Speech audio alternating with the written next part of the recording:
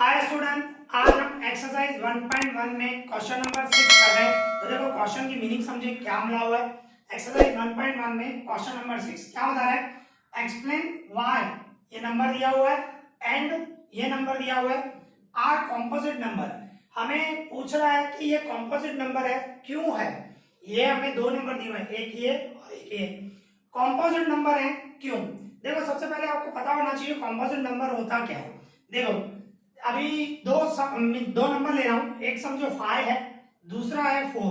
ठीक है, 5 के फैक्टर कौन से होंगे, 5 के फैक्टर जो होंगे ना वो 1 और 5 मीन्स 5 को 1 से डिवाइड कर सकते हो, 5 को 5 से डिवाइड कर सकते हो और किसी भी नंबर से आप डिवाइड नहीं कर सकते। तो 5 के फैक्टर है 1 और 5। इसी तरह 4 के फैक्टर कौन से होंगे, 4 के फैक्टर 1 2 4। 4 को 1 से डिवाइड कर सकते हो, 4 को 2 से डिवाइड कर सकते हो, 4 को 4 से भी डिवाइड कर सकते हो। ठीक है, तो आप देखो ये जो है ना 5 जो है ना उसके दो फैक्टर है।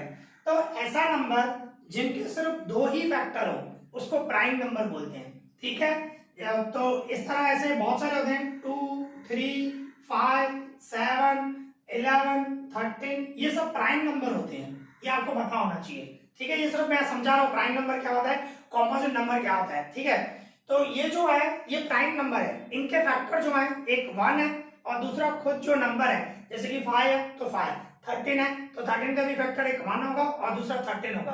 तो ऐसा नंबर जिनके सिर्फ दो फैक्टर हो उसको प्राइम फैक्टर बोलते हैं, और सॉरी प्राइम नंबर बोलते हैं। तो अभी ऐसा नंबर जिसके फैक्टर दो से ज्यादा हो, मोर देन टू हो, जैसे कि 4 है, 4 के फैक्टर कौन से होते हैं 1 2 4, दो से ज्यादा हो गए तो ये कॉम्पोजिट नंबर है।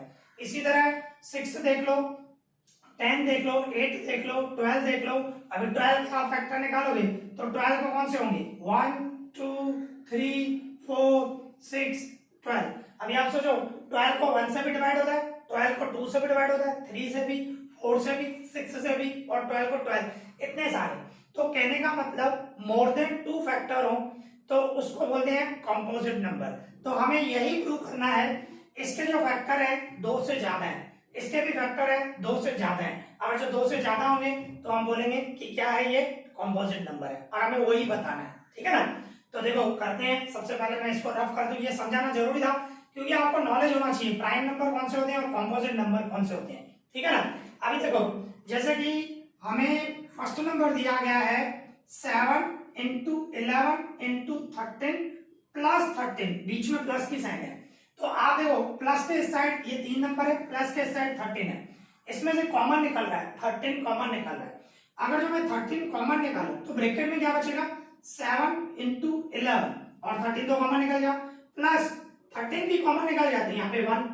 अभी आप सोचो सिंपल है, यहाँ पे प्रूव हो चुका है, मींस प्रूव हो गया। देखो इसके फैक्टर कितने होंगे, एक तो 13 है, दूसरा इसको सॉल्व करोगे वो भी फैक्टर होगा और 1 भी फैक्टर, 1 तो सबका होता ही है फैक्टर।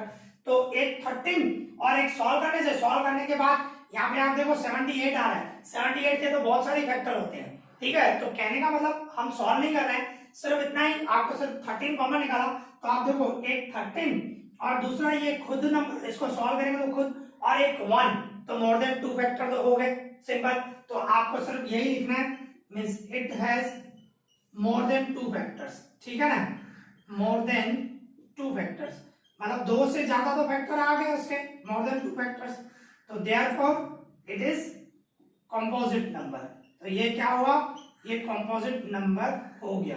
क्यों, क्योंकि इसके फैक्टर दो से ज्यादा है, सिंपल। ओके, अभी सेकंड नंबर देखो, सेकंड नंबर है हमारे पास 7 इंटू 6 इंटू 5 4 3 2 1, फिर प्लस 5 लिखा हुआ है।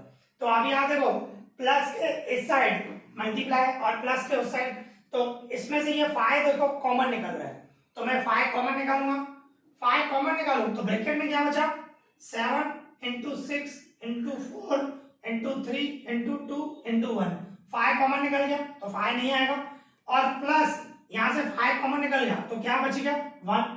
तो अभी आप इसके भी देखो मोर देन 2 फैक्टर हो गए, एक तो 5 खुद जो कॉमन निकला वो फैक्टर है, और दूसरा इसको सॉल्व करने से जो भी नंबर आएगा वो भी फैक्टर हुआ, और 1 तो सबका होता ही है। ठीक है, तो इस तरह इसके भी फैक्टर मोर देन 2 हो गए, तो ये भी कंपोजिट हो गया। तो बस यही लिखना है, तो आपको ऐसे लिखना है, it has therefore it has more than 2 factors, तो इसके तो 2 से ज्यादा फैक्टर हो गए, okay, more than 2 factor, therefore it is composite number. हमें वही प्रूव करना है कि ये कंपोजिट नंबर है, तो ये प्रूव हो गया क्योंकि फैक्टर 2 से ज्यादा है, कंप्लीट हो गया। ओके, तो इस तरह ये हमारा सम कंप्लीट हो गया। आई होप आपको अच्छे से समझ में आया होगा। इस वीडियो में इतना ही। Thank you.